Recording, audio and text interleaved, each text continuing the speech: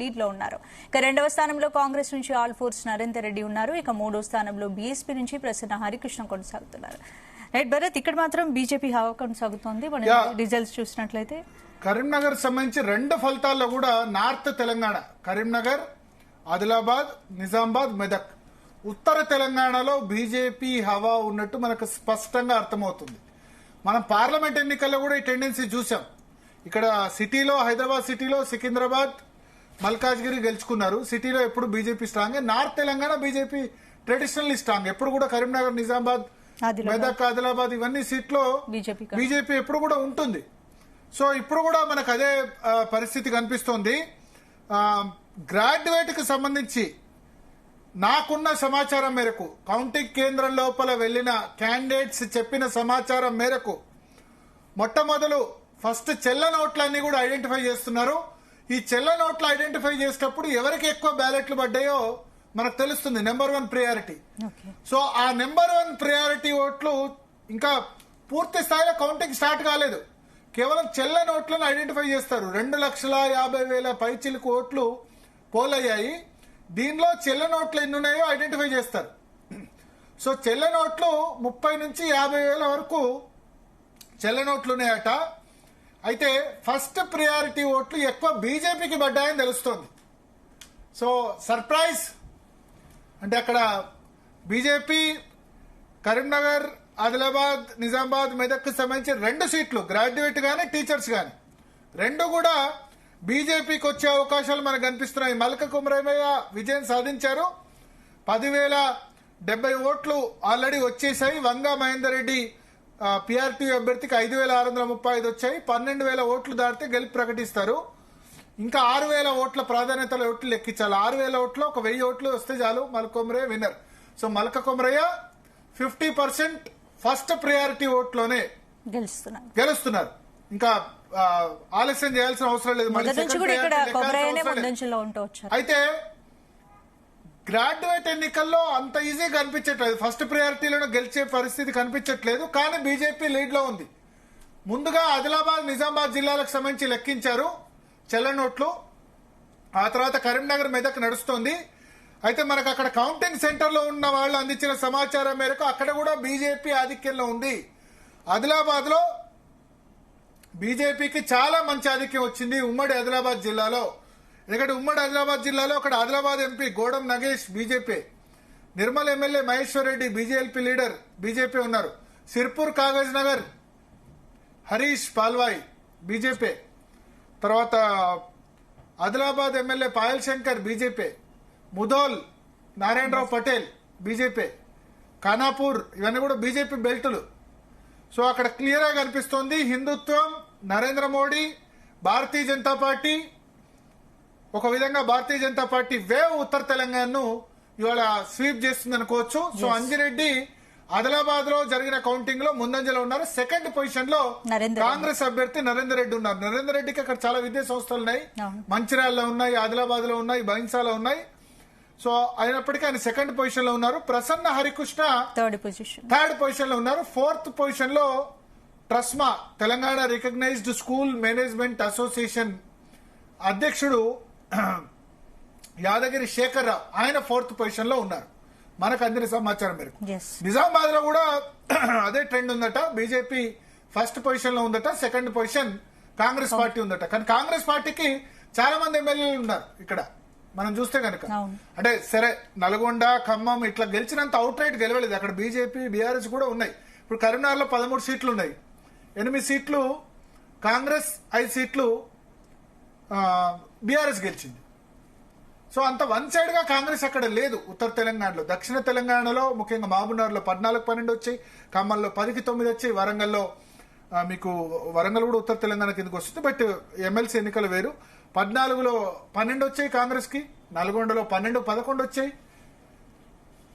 So అంత out right గా ఉత్తర తెలంగాణలో కాంగ్రెస్ లేదు.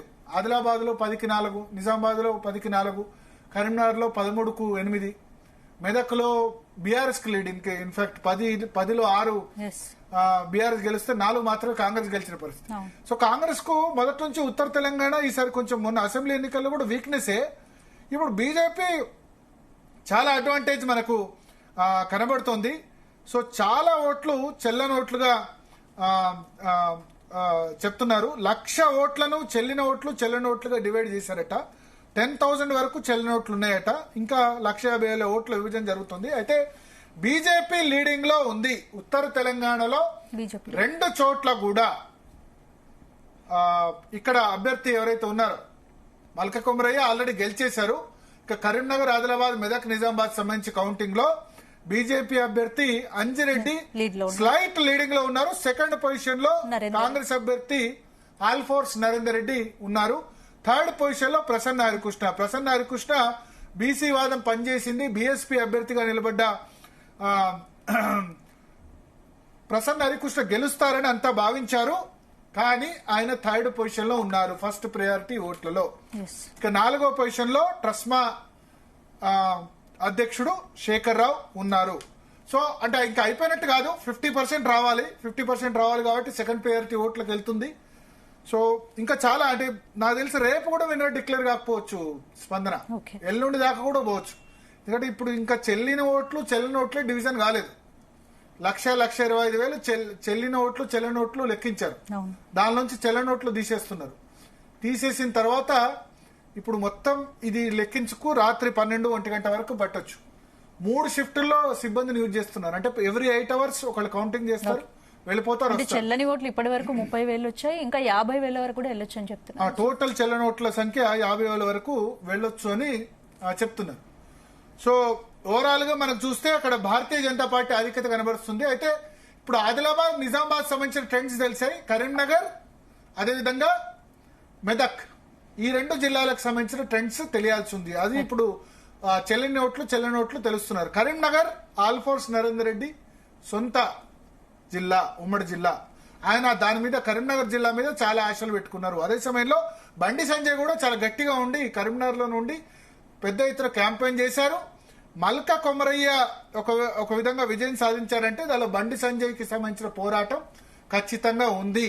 ఎందుకంటే బండి సంజయ్ కరీంనగర్ లోనే క్యాంప్ వేసి మొత్తం ప్రచారాన్ని మల్క కొమరయ్యకు ఆయన తన వైపు తిప్పారు. సేమ్ సామాజిక వర్గం, మున్నూరు కాపు సామాజిక వర్గమే మల్క కొమరయ్యది. 317 జీవో గురించి 317 జీవోకు వ్యతిరేకంగా గతంలో 2 సంవత్సరాల క్రితం బండి సంజయ్ చేసిన ఫైట్ ను ప్రధానంగా బండి సంజయ్ ఉపాధ్యాయ ఎన్నికల్లో పదే ప్రస్తావించారు. నిజంగానే ఆయన పెద్ద ఫైట్ చేశారు. ఆ సమయంలో బీఆర్ఎస్ వచ్చి ఆయన్ని నిరాహార దీక్ష చేస్తున్న అతన్ని ఎంపీ ఆఫీస్ లో నిరాహార దీక్ష చేస్తుంటే గేట్లు బద్దలు కొట్టి తలుపులు గ్యాస్ కట్టర్లతో కోసేసి అర్ధరాత్రి పూట బండి సంజయ్ని అరెస్ట్ చేశారు 317 జీవోకు వ్యతిరేకంగా. సో దాన్ని పదే ఆయన ప్రముఖంగా ప్రస్తావించారు. ఆ ఇంపాక్ట్ మనకు కనిపించింది. గ్రాడ్యుయేట్ ఎన్నికల్లో కూడా మరి సంజయ్ కరీంనగర్ లో ఎంతవరకు తీసుకురాగలుగుతారన్నది చూడాలి.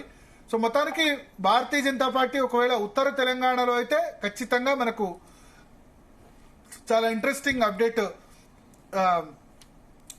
కనబడుతుంది. అయితే ఓవరాల్ గా 8 నుంచి 10,000 వరకు చెల్లని ఓట్లు ఇప్పటి వరకు 1,00,000 ఓట్లు కౌంట్ చేస్తే 8 నుంచి 10,000 వరకు చెల్లని ఓట్లు చాలా పెద్ద సంఖ్యలో ఉన్నాయని మనకు సమాచారం అవుతుంది. అయినా సరే 10% అంటే చాలా పెద్దది. ఒక 1%, 2%, మాక్సిమం 3-4% చెల్లని ఓట్లు అంటే ఓకే. బట్ చెల్లని ఓట్లు చాలా పెద్ద సంఖ్యలో ఉన్నాయి. బట్ ఓవరాల్ గా మనం ఇప్పుడు ఎందుకంటే రేపటి వరకు కూడా రిజల్ట్ వచ్చే అవకాశం లేదు. అఫీషియల్ గా ట్రెండ్స్ అయితే తెలుస్తున్నాయి.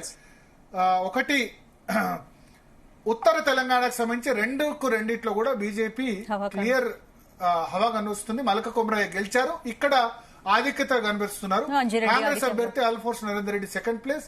ప్రసన్న హరికృష్ణ బీఆర్ఎస్ క్యాడర్ లోపల సపోర్ట్ చేసిన థర్డ్ పొజిషన్ లోనే ఉన్నారు. బీఎస్పీ అభ్యర్థిగా ఆయన పోటీ చేశారు.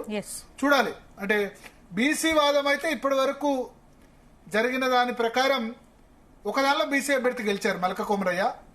అంటే దానిలో బీజేపీ కంట్రిబ్యూషన్ ఉంది. బీజేపీ కార్యకర్తలు చాలా పెద్ద ఎత్తున వాళ్ళు అవుట్ రైట్ గా పనిచేశారు. దాన్ని తక్కువ చేయాల్సిన అవసరం లేదు. అట్లా కొంచెం బీసీ వాదం కూడా పనిచేసింది మల్క కొమరయ్య గెలుపులో. బట్ నల్గొండ, వరంగల్, ఖమ్మంలో మాత్రం బీసీ వాదం పని చేయలేదు. అవుట్ రైట్ గా ఓటర్స్ రిజెక్ట్ చేశారు. రెడ్డి అభ్యర్థులే అక్కడ 3 కూడా మనకి 3 టాప్ 3 పొజిషన్స్ రెడ్డి అభ్యర్థులే ఉన్నారు.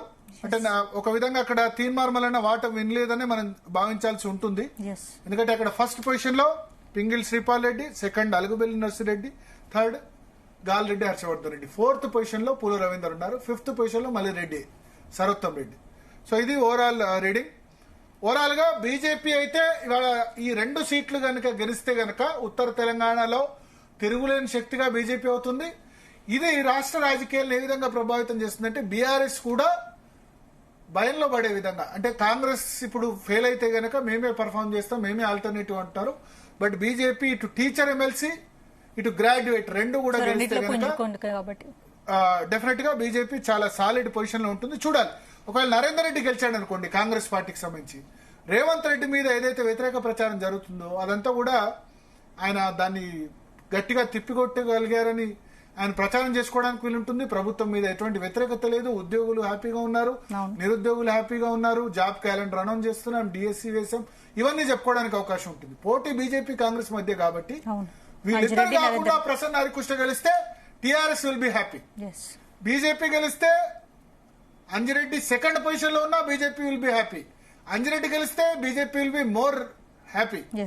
నరేందర్ రెడ్డి గెలిచాడు అనుకోండి Revanth Reddy will be happy. Revanth రెడ్డికి ఇమీడియట్ గా థ్రెట్ ఇబ్బంది ఉండదు. సో గ్రాడ్యుయేట్ ఎన్నిక చాలా ఇంపార్టెంట్ ఎన్నిక. చూద్దాం మినిట్ టు మినిట్ అప్డేట్స్ మీకు. కరీంనగర్, మెదక్, ఆదిలాబాద్, నిజామాబాద్ సంబంధించి గ్రాడ్యుయేట్ కౌంటింగ్ రేపు ఎల్లుండి కూడా కంటిన్యూ అవుతుంది. దానికి సంబంధించి జీ తెలుగు న్యూస్ లో మినిట్ టు మినిట్ అప్డేట్ చూడొచ్చు. అట్లాగే ఉభయ గోదావరి జిల్లాలకు సంబంధించిన గ్రాడ్యుయేట్ ఎన్నిక సంబంధించి కూడా మినిట్ టు మినిట్ అప్డేట్ తెలుసుకోవచ్చు. టీచర్ ఎమ్మెల్సీ ఎన్నిక మల్క కొమరయ్య విజయం ఖాయం, పింగళి శ్రీపాల్ రెడ్డి విజయం కూడా ఆల్మోస్ట్ ఖాయం. దానికి సంబంధించిన అప్డేట్స్ కూడా జీ తెలుగు న్యూస్ లో కంటిన్యూ అవుతుంటాయి. Right, thank you Bharat. ఇక మరిన్ని